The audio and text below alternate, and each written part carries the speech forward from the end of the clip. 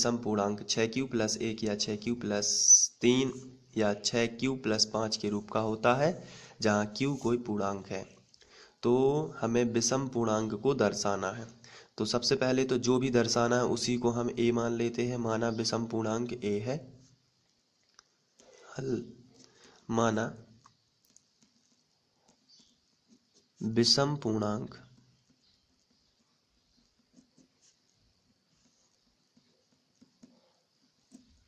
a है।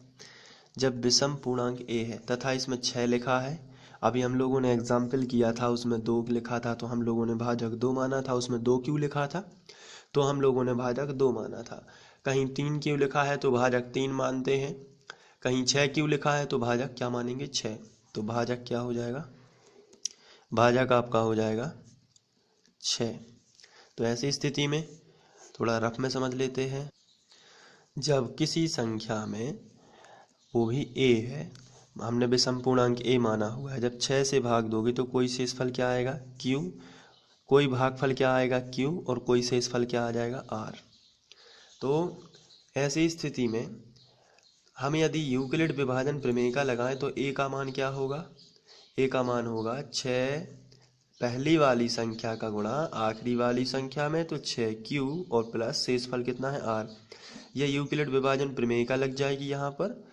लेकिन r के मान क्या क्या हो सकते हैं, तो आपका उत्तर होगा कि जो r का मान है ये हमेशा भाजक से कैसा होता है, छोटा होता है। तो r का मान या तो 0 हो सकता है, या तो 1 हो सकता है, 2 हो सकता है, 3, 4 और 5। ये 6 से छोटे मान है सब, तो r के ये मान हो सकते हैं। हमेशा r का मान आपको याद रखना है भाजक से छोटा होता है, तो r के मान 0, 1, 2, 3, 4, 5 ये इनमें से हो सकते हैं। तो अब जब r के मान इतने सारे हो सकते हैं तो a के मान बहुत सारे होंगे। r की जगह पर यदि हम मान रखेंगे तो a का मान भी तो बदलता जाएगा, इसलिए हम a बराबर यदि r की जगह पर 0 रख दें तो a का मान कितना आ जाएगा, 6q। अगर r की जगह पर 1 रख दें तो a का मान कितना आ जाएगा, 6q+1, 6q+1। और अगर हम r की जगह पर 2 रख दें तो a का मान कितना आएगा, 6q+2। और अगर r की जगह पर 3 रख दें तो a का मान आएगा 6q+3। r की जगह पर अगर 4 रख दें तो आ जाएगा a बराबर 6q+4। और r की जगह पर 5 रख दें तो a का मान आ जाएगा 6q+5। अब इनमें से ऐसी कौन कौन से a के मान हैं जिनमें 2 का पूरी बार भाग चला जाता है, तो इसका आंसर है 6q ऐसा मान है, 2 3 6, यहाँ 3q आ जाएगा। अगर हम इसको करेंगे 3q कैसे आएगा देख लेते हैं। अगर 6q के बटे में 2 करेंगे तो ये पूरी बार कैंसिल हो जाता है, 2 तिया 6 और q ज्यों का त्यों। वैसे ही अगर हम इसमें भाग दें तो ये 6q+2 है, इसमें हम 2 का भाग देंगे तो ये पूरी बार अलग अलग बटे में कर देते हैं। तो 6q/2 प्लस 2/2, तो ये कैंसिल हो रहा, 2 3 6, 2 1 2, तो ये 3q+1 ही आएगा। और ये भी पूरी बार 2 से डिवाइड होगा, क्योंकि इसमें से 2 कॉमन लिया जा सकता है, इसमें से भी 2 कॉमन और इसमें से भी 2 कॉमन लिया जा सकता है। लेकिन 6q+1 एक ऐसी संख्या है जिसमें 2 का पूरी बार भाग नहीं जाता है, बटे में संख्या आ जाती है। और 6q+3 है, इसमें भी 2 का भाग नहीं जाता है। और 6q+5 है, इसमें भी 2 का भाग नहीं जा सकता है।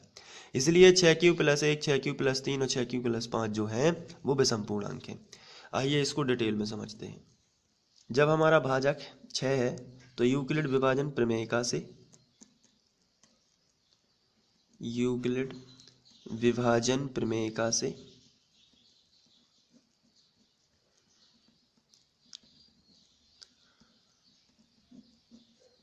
यूक्लिड विभाजन प्रमेयिका में हम लोग a का मान होगा वो कितना होगा, अभी हम लोगों ने समझा है 6q+r, ठीक है। लेकिन r के जो मान होंगे वो कितने होंगे, r के संभव मान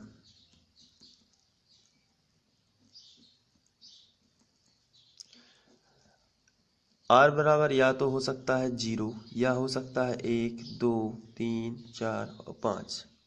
क्योंकि भाजक कितना है 6, तो 6 से छोटे ही r के मान हो सकते हैं, मैंने अभी बताया है। तो इस हिसाब से a का मान कितना होगा, यदि हम r बराबर 0 रख दें तो a बराबर हो जाएगा 6q+ 0, इसका मतलब 6 क्यू ही होगा। दूसरे नंबर पे यदि 1 रख दें तो हो जाएगा 6 क्यू प्लस 1। तीसरे नंबर पर यदि हम 2 रख दें तो 6 क्यू प्लस 2। इसी तरीके से ए का मान और भी हो जाएगा 6 क्यू प्लस 3। फिर ए का मान हो जाएगा 6 क्यू प्लस 4 और ए का मान हो जाएगा 6 क्यू प्लस 5। अब आपको लिखना है यहाँ ए के मान 6 Q, 6 Q plus 2, 6 Q plus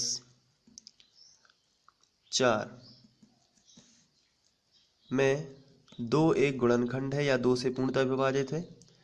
2 एक गुणनखंड है